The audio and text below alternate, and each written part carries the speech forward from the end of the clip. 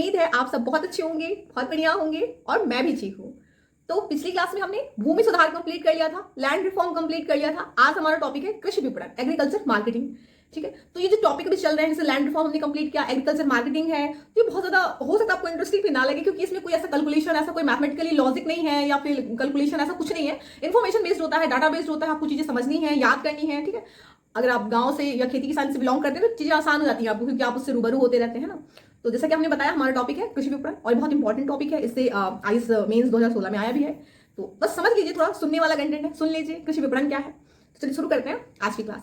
कृषि विपणन क्या है, एग्रीकल्चर मार्केटिंग क्या है। देखो, कृषि विपणन का मतलब होता है जब किसान द्वारा, यानी किसान अपने कृषि उत्पाद को बाजार में विक्रय करने योग्य बनाता है और विक्रय करके लाभ अर्जित करता है।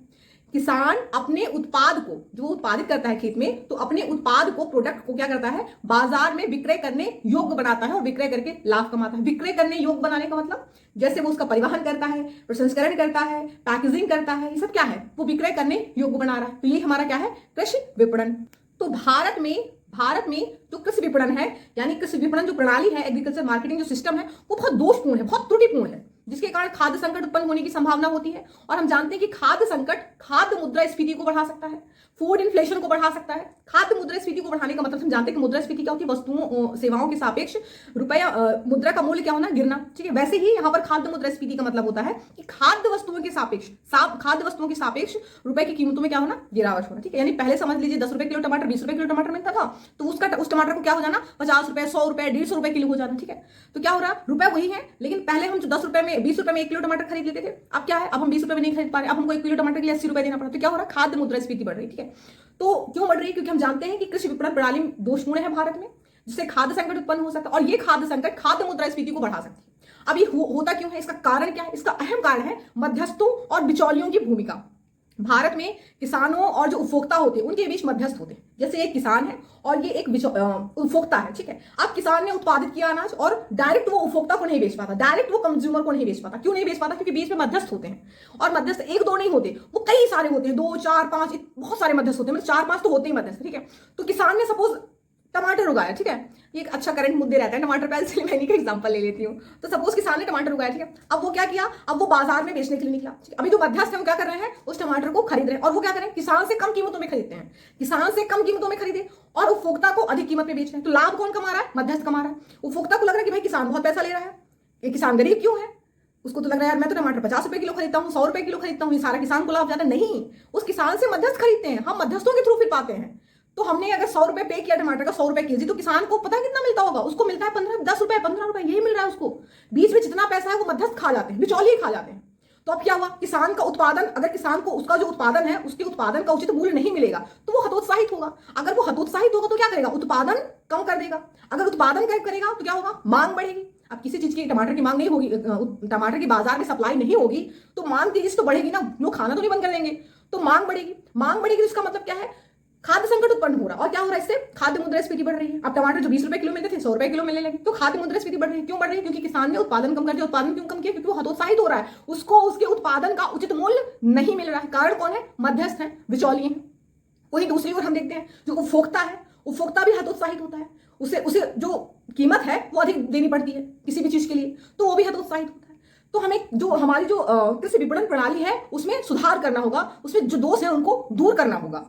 तो अगर हम अपने देश में कृषि विपणन प्रणाली में सुधार करना चाहते हैं, एग्रीकल्चर मार्केटिंग सिस्टम में अगर हमें सुधार करना है, किसानों की स्थिति को बेहतर करना है, साथ ही साथ जो उपभोक्ताओं के साथ जो ठगी हो रही है, वो भी महंगाई से जूझ रहे हैं, खाद्य मुद्रास्फीति या खाद्य संकट से जूझ रहे हैं, अगर हमें उनसे बचाना है, इस स्थिति को बेहतर बनाना है, तो क्या होगा, क्या करना चाहिए हमें। पहला, किसानों को उनके उत्पाद का उचित मूल्य मिलना चाहिए ताकि वो उत्साहित हो उत्पादन करने के लिए। दूसरा, उपभोक्ता जो है उसको भी उचित दाम में प्राप्त हो, यानी उसको क्रय करने के लिए अधिक कीमत ना चुकानी पड़े।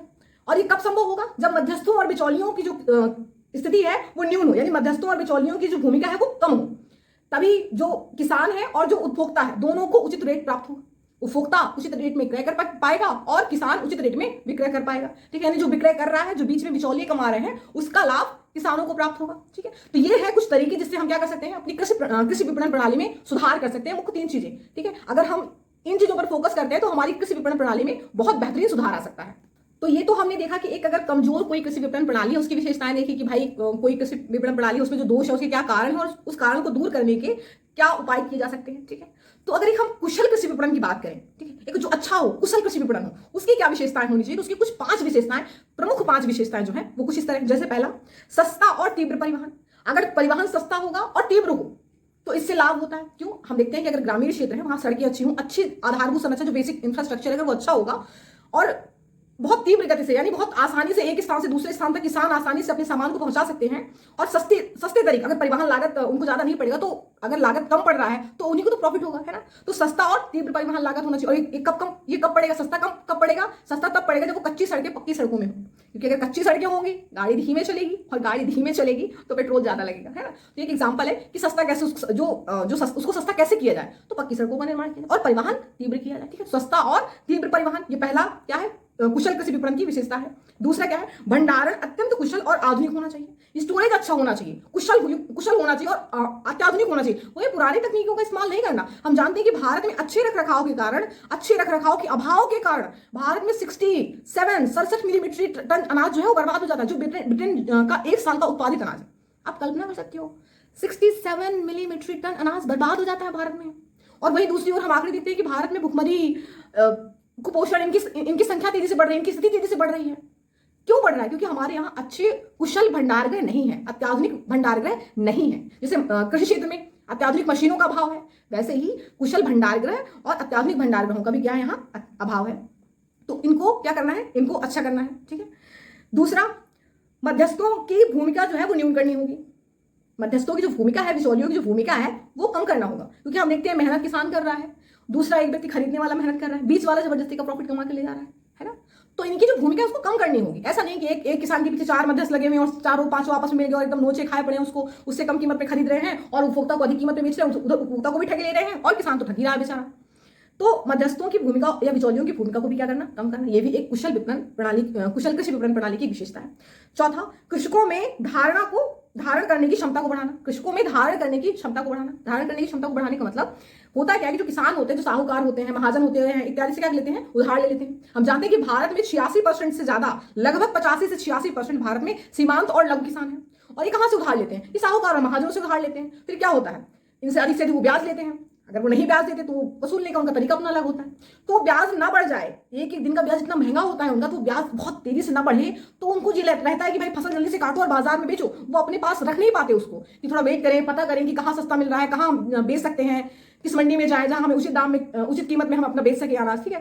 तो वो धारण करने की उनकी क्षमता क्या है, कम है, क्योंकि उनके ऊपर ब्याज का इतना ज्यादा कर्ज होता है, उनको ब्याज, जो कर्ज है उसका इतना ज्यादा तनाव होता है कि भाई जो कर्ज हमने ले रखा है उसका ब्याज बढ़ रहा है, तो उस ब्याज को चुकाने का तनाव होता है, वो अपने पास नहीं रखते और वो जल्दी जल्दी बेच देते हैं, ठीक है। तो किसानों के पास हमने क्या देखा, धारण करने की क्षमता नहीं है। तो इस धारण करने की क्षमता को बढ़ाना होगा, उनको बिचौलियों से, उनको साहूकारों से, महाजनों से निकालना होगा, सरकार को कोशिश करनी होगी। पांचवा, सूचना का पारदर्शी तीव्र प्रवाह तंत्र होना चाहिए। सूचना का पारदर्शी तीव्र प्रवाह तंत्र का क्या मतलब है? जो किसान है उसको पता होना चाहिए कि एमएसपी में क्या रेट चल रहा है, आसपास की जो मंडियां हैं वहां क्या रेट चल रहा है। अगर उसको पता होगा कि किस मंडी में क्या रेट चल रहा है तो तय करेगा कि भाई मुझे कहां बेचना है। अगर एमएसपी में ठीक ठाक मिल रहा है तो वहां बेचेगा। हम जानते हैं एमएसपी में 20 से 25% अनाज का अधिग्रहण होता है, इससे ज्यादा का नहीं होता, और इसके बाद उसको बाजार में बेचना पड़ता है। तो किसान तय करे कि भाई मैं एमएसपी में जाकर बेचूं कि कौन सी मंडी में जाकर बेचूं, कहां क्या रेट चल रहा है। पारदर्शिता होनी चाहिए इसमें, ठीक है। आपस में ऐसा नहीं होना चाहिए कि वो सब आपस में ही मिले हुए हैं। हम देखते हैं बहुत सारी ऐसे, कितना भी होशियारी कर ले लोग, कितना भी कुछ कर लेते हैं सरकार, लेकिन क्या होता है, लोग आपस में मिल जाते हैं। जो काम करने वाले होते हैं सब आपस में मिले रहते हैं ना, कि भाई हाँ एक रेट जो बोल देगा सारे वही रेट बताते हैं, है ना। तो इसमें भी क्या होनी चाहिए, पारदर्शिता होनी चाहिए, तभी एक कुशल कृषि विपणन प्रणाली वो मानी जाएगी। इसकी कुछ 5 विशेषताएं। पहली विशेषता हमने बताया सस्ता और तीव्र परिवहन, आप समझ गए क्या है। भंडारण अत्यंत कुशल और आधुनिक होना चाहिए। मध्यस्थों की भूमिका न्यून होनी चाहिए। कृषकों में धारण करने की क्षमता होनी चाहिए। और पांचवा क्या है, सूचना का पारदर्शी तीव्र प्रवाह तंत्र होना चाहिए। तो अगर अब आपसे कोई पूछे कि भारत में जो कृषि प्रणाली है, यानी भारतीय कृषि प्रणाली के दोषपूर्ण होने का कारण क्या है, तो आप क्या कारण बताएंगे? वही जो कुशल कृषि प्रणाली की विशेषताएं होती हैं, जो कुशल कृषि प्रणाली की विशेषताएं होती हैं, अगर वो ना हो तो क्या है, आपकी जो कृषि प्रणाली है वो दोषपूर्ण है। तो वही चीज आपको समझनी है। तो भारत में कृषि प्रणाली के दोषपूर्ण होने के कारण क्या क्या है? पहला, कि ग्रामीण क्षेत्रों में परिवहन अत्यंत धीमा और खर्चीला होता है। अब जानते हैं ग्रामीण क्षेत्रों में क्या होती है, कच्ची सड़कें होती हैं, अच्छा परिवहन सिस्टम नहीं होता है, तो लागत ज्यादा पड़ जाता है, ठीक है, और सुदूर उनको जाना पड़ता है, ठीक है, तो लागत ज्यादा पड़ जाता है। तो क्या है, ग्रामीण क्षेत्र में परिवहन अत्यंत धीमा होता है और खर्चीला होता है। पर्याप्त भंडारण क्षमता का भी अभाव है। वही हमने आपको बताया कि भारत सरकार के पास पर्याप्त भंडारण क्षमता नहीं है। हमने बताया कि लगभग 67 मिलीमीट्रिक टन अनाज प्रतिवर्ष बर्बाद हो जाता है, जो ब्रिटेन द्वारा उत्पादित 1 वर्ष का अनाज है ना। तीसरा, मध्यस्थों की जो भूमिका है वो अत्यधिक है, बहुत ज्यादा मध्यस्थ, यानी आप समझ लीजिए कि 4 से 5 मध्यस्थ कम से कम लगे हुए होते हैं। तो मध्यस्थों की भूमिका बहुत ज्यादा है, ये एक दोष का कारण है।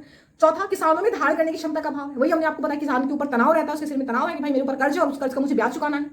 तो अगर एक दिन वो लेट करता है तो हर दिन का जो ब्याज है बहुत तेजी से बढ़ता है, तो उसको लगता है कि भाई मैं जल्दी जल्दी बेच बाच के और अपना निपट लो अपना, ठीक है। तो किसानों में भी धारण करने की क्षमता का क्या है, अभाव है, यानी उसमें जल्दबाजी होती है बेचने की। सूचना का प्रवाह धीमा और अपारदर्शी है, वही हमने आपको बताया, उसको पता ही नहीं चल पाता, किसान को पता कहाँ पता है यार, कितने आप में से कितने लोग पढ़ रहे होंगे, पता नहीं होगा कि एमएसपी क्या होगा, एमएसपी क्या है नहीं पता होगा बहुत ज्यादा, और ना ही पता होगा कि अच्छा ऐसा भी होता है कि मंडियों में दाम लगता है ये वो सो, कहाँ इतना ज्यादा। जो एग्रीकल्चर से नहीं जुड़े होते उनको नहीं पता होता, जो एग्रीकल्चर से भी जुड़े हैं तो अगर सुदूर इलाकों में उनको पता ही नहीं चलता कहाँ कैसे क्या हो रहा है, कहाँ क्या रेट चल रहा है, अच्छा सरकार की भी कोई स्कीम है क्या, उनको पता ही नहीं। आधे ज्यादा लोगों को वो जो बड़े बड़े किसान है ना उनको पता होता है कि एमएसपी क्या है, वो धरना प्रदर्शन जो कर रहे होते हैं, उनको उनमें से भी 90% को ये नहीं पता होता कि हम धरना प्रदर्शन क्यों कर रहे हैं। अभी जो 3 कृषि कानून लाए गए थे वो किसानों के पूर्णतः पक्ष में थे, फिर भी किसान नहीं समझ पाए, है ना। ये कोई पार्टी का समर्थन नहीं है। देखो हम स्टूडेंट्स हैं और आप एक यूपीएससी के एस्पिरेंट हैं, आपको हर चीज समझनी होगी। क्या था उसमें, यही तो था ना कि कॉन्ट्रैक्ट फार्मिंग होगी। कॉन्ट्रैक्ट फार्मिंग में क्या हो रहा है कि किसान पहले से कंपनी से तय कर ले कि भाई इस रेट में मैं बेचूंगा, और कंपनी पहले से तय कर लेगी कि इस रेट में होगा, ठीक है। बाद में बाजार में कोई भी रेट हो कंपनी उसी रेट में लेगी, उससे उससे उसी रेट में अधिग्रहण करेगी। अब किसान को क्या हुआ, उसको ना कटाई की टेंशन, ना परिवहन की टेंशन, किसी चीज की टेंशन नहीं है। तो किसानों का हित, न बिचौलियों की टेंशन, ना मध्यस्थों की टेंशन, ना इस बात की टेंशन कि मुझे इस मंडी से उस मंडी जाना पड़ेगा, अगर इस मंडी में मेरा ना बिका तो क्या होगा, तो एक मंडी से दूसरी मंडी में जाने में जो लागत पड़ता है उससे भी बच जाता। कितना कितना मतलब किसानों के लिए ही था वो। लेकिन वही है कि किसान इतने शिक्षित नहीं है, हमने बताया ना कि लगभग 86% तो लघु और सीमांत किसान है। तो वही कि जो लीडर थे, जो मध्यस्थ थे, जो बिचौलिए थे, उनको गड़बड़ लगा, उनकी भूमिका कम हो जाती, वो कैसे कमा पाते, तो उन्होंने आंदोलन शुरू कर दिया। एक्चुअली में किसान को पता ही नहीं कि उनके पक्ष में था वो। तो सूचना का प्रवाह धीमा और अपारदर्शी है, ये क्या है, दोषपूर्ण कृषि प्रणाली का एक और कारण है। मंडी में बहुशुल्क प्रणाली पंजाब और हरियाणा में देखें तो लगभग 20 से 25% पड़ जाता है। बहुशुल्क का मतलब होता है एक किसान है, पहले तो देखते हैं कि उसका लागत इतना पड़ रहा है, फिर जाता है कि बोरा की खुलाई ढुआई और वो जो तौलाई का भी लेते हैं, फिर उसमें भी सफाई करना। सपोज अपने प्याज बेच रहे हैं, किसान प्याज बेच रहा है, तो पहले उसको बोरा खोलेगा, देखेगा कि भाई सही है कि नहीं, पूरी उसकी गंदगी हटाएंगे, फिर उसको तौलाएंगे। तो उसका खर्च कौन दे रहा है, उसका खर्च किसान ही दे रहा होता है। और ये जो शुल्क है वो कौन वसूल रहा है, अड़हतिया जो है बीच वाला वसूल रहा है, बिचौलिया। लेकिन ये जो शुल्क होता है वो सरकार के पास पहुंचता है, तो बहुशुल्क बहुत ज्यादा हो जाता है। नहीं, हमने क्या बोला, लगभग 20 से 25% तो ये शुल्क में ही चला जाता है। तो बहुशुल्क प्रणाली है यहाँ पे, और 25% का मतलब होता है कि 100 में लगभग 20-25 रुपए तो उसके शुल्क में ही चले जा रहे हैं। एक ये दोष है। मंडियों के बीच अत्यधिक दूरी है, इतनी दूरी है कि अगर एक किसान यहाँ से उस मंडी में बेचने जाए तो उसको लगेगा यार, मतलब 20 से 25-30 किलोमीटर की दूरी है एक मंडी में, उसको यहाँ से वहां जाने में ही लागत बढ़ जा रहा है। कई घटनाएं आपने देखी होगी कोरोना के टाइम में कि एक व्यक्ति जो आजादपुर ले गया था यूपी से अपना शिमला मिर्च, और फिर उसने रास्ते में फेंक दिया क्योंकि वहां जहां बेचने गया था वहां बिक ही नहीं रहा था, सही उचित रेट नहीं मिल रहा था। दूसरी मंडी में जाने में डिस्टेंस बहुत ज्यादा थी, और इतना ज्यादा जो ट्रक ड्राइवर था वो उससे बहुत ज्यादा पैसे ले रहा था, उतना ही पैसा ले रहा था जितना कि यूपी से आजादपुर जाने में, दिल्ली जाने में लिया उसने। तो फिर उसने सड़क में फेंक दिया। बहुत ऐसे आपने केसेस देखे होंगे, टमाटर का आपने केस देखा है, प्याज का देखा। क्यों? अब वो किसान को उचित रेट नहीं मिल रहा है, दूसरी मंडी में जा रहा है, तो परिवहन लागत में ही इतना पड़ जा रहा है कि उसको लग रहा है कि क्या ही करूं मैं, बीच में फेंक देता है। ये आक्रोश प्रकट करने का उनका एक तरीका है। ऐसा नहीं है कि उनके अंदर कोई सेंसिटिविटी नहीं है, आक्रोशित हो जाता है इंसान, साल भर मेहनत करता है, उसको उसकी कीमत नहीं मिलती तो फिर क्या करेगा, अपना तरीका है अपना आक्रोश व्यक्त करने का, ठीक है। तो यही कि मंडियों के बीच की दूरी बहुत ज्यादा होती है। तो ये था हमारा भारतीय कृषि प्रणाली के दोषपूर्ण होने के कुछ कारण। हम जानते हैं कि जो कृषि है वो राज्य का विषय है, तो इस पे कानून बनाने का काम भी कौन करता है, राज्य सरकार करती है। अतः कृषि विपणन का जो कृषि विपणन से संबंधित जो भी कानून होंगे कौन बनाता है, राज्य सूची का विषय है, वो राज्य बनाती है, ठीक है। इस प्रकार कानून बनाने का जो अधिकार है किसके पास हो गया, हमारा राज्य सरकार के पास हो गया। किसान कृषि विपणन का कार्य मंडी में करता है, और भारत में मंडी 2 प्रकार की होती है। भारत में मंडी 2 प्रकार की, एक है विनियमित मंडी और एक है गैर विनियमित मंडी। अब दोनों का चीज समझिए। विनियमित मंडी वो मंडी होती है जो सरकार चलाती है, विनियमित मंडी वह मंडी जो सरकार चलाती है, सरकार अपने कानून द्वारा चलाती है, राज्य सरकार के कानून द्वारा संचालित होती है। विनियमित मंडी वह मंडी होती है जो राज्य सरकार के कानून द्वारा संचालित होती है, जैसे APMC agriculture produce marketing committee, ठीक है। तो ये हमारा किसका उदाहरण है, विनियमित मंडी का। 2 मंडी हमने बताया, विनियमित और गैर विनियमित। गैर विनियमित मंडी क्या होती है, जिसका कोई विनियामक संस्था नहीं होता है तथा जो निश्चित समय अंतराल में गांव के आसपास आयोजित की जाती है। इसका कोई विनियामक संस्था नहीं होती, और एक समय समय पर क्या होता है, गांव में आसपास क्या होता है, ये आयोजित किया जाता है। इसीलिए इस मंडी को क्या बोलते हैं, आरपीएम बोलते हैं, क्योंकि इसको समय समय पर आयोजित किया जाता है, समय अंतराल पर आयोजित किया जाता है। आरपीएम मतलब होता है रूरल पीरियोडिक मंडी, इसको बोलते हैं आरपीएम, ठीक है। इन्हें ग्रामीण हाट भी कहा जाता है, और भारत में लगभग 22,000 से ज्यादा ग्रामीण हाट है। इसको अलग अलग राज्यों में अलग अलग नाम से जाना जाता है, जैसे पंजाब हरियाणा में इसको अपना मंडी के नाम से जाना जाता है। तो ये हमारा क्या है, गैर विनियामक मंडी, और एक है हमारा विनियमित मंडी, और एक है हमारी गैर विनियमित मंडी। तो विनियमित मंडी जो राज्य सरकार के कानून द्वारा संचालित होती है, जिसका उदाहरण क्या है, एपीएमसी। तो विनियमित मंडी में अब हम एपीएमसी को समझते हैं, ठीक है, जो राज्य सरकार संचालित करती है। APMC agriculture produce marketing committee, agriculture produce marketing committee, इसको हिंदी में बोलते हैं कृषि उत्पाद विपणन समिति। ठीक, अब एपीएमसी है क्या? एपीएमसी राज्य सरकार और राज्य की विनियामक संस्थाओं द्वारा संचालित वह कृषि मंडी होती है जहां किसान अपने उत्पाद का पहला विक्रय करता है। इसका कहने का मतलब है राज्य सरकार या राज्य की जो विनियामक जितनी भी संस्थाएं हुए उनके द्वारा संचालित क्या है, एक प्रक्रिया है, एक कार्यक्रम है जहां पे किसान अपने उत्पाद का पहला विक्रय करता है। पहला विक्रय कहा जाता है कि पहला विक्रय करता है। ठीक है, एक परिभाषा में ऐड किया गया है कि भाई पहला विक्रय करता है, मान लिया जाता है कि पहला विक्रय करता है। अब जरूरी नहीं कि पहला विक्रय यहाँ पे आगे करता है। ठीक है, तो एपीएमसी सरकार द्वारा संचालित क्या है, कृषि मंडी है। और यहाँ काम कैसे होता है, जैसे व्यक्ति है, ये किसान है, अब ये क्या करता है, यहाँ पे एपीएमसी है। अब एपीएमसी भी क्या करता है, किसानों से अनाज को अधिग्रहित करता है, अनाज को खरीदता है। अब एपीएमसी में भी क्या होते हैं, बिचौलिए होते हैं, अड़तिया होते हैं, जो व्यापारी हैं, दलाल हैं, अड़तिया हैं, ये होते हैं। और ये क्या करते हैं, ये किसानों को लाभ नहीं देते। हालांकि इसका उद्देश्य यही था कि किसानों को अधिक से अधिक लाभ उपलब्ध कराया जाए, किसान हतोत्साहित ना हो, उनको बेचने के लिए प्लेटफॉर्म दे दिया जाए कि अगर कोई नहीं खरीदेगा तो एपीएमसी में जाकर बेच दें। ठीक है, विनियमित मंडी में जाकर बेच दें। लेकिन एक्चुअली में यहां भी शोषण होता है। हम जानते हैं कि गांव में तो खाद्य मुद्रास्फीति का संकट नहीं होता, लेकिन शहरों में खाद्य मुद्रास्फीति का बहुत संकट होता है। शहरों में आप देखेंगे कि अगर सब्जियों के दाम अगर महंगे हो जाए तो सरकारें बदल जाती हैं।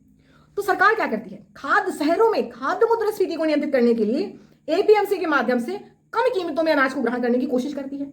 एमएसपी जैसे जो कीमत एमएसपी में होती है वही लगभग कीमत क्या होती है, एपीएमसी में होती है। क्यों ऐसा कर रही है सरकार, ताकि कम कीमत में वो अनाज को अधिग्रहित करेगी तो क्या होगा, उपभोक्ताओं को भी कम कीमत में उपलब्ध करा पाएगी, शहरी उपभोक्ताओं को कम कीमत में उपलब्ध करा पाएगी, जिससे उसकी शासन सत्ता या असंतोष ना हो, शहर में खाद्य मुद्रास्फीति ना बढ़े। यही कारण है कि एपीएमसी में भी क्या है, जमकर शोषण होता है किसानों का।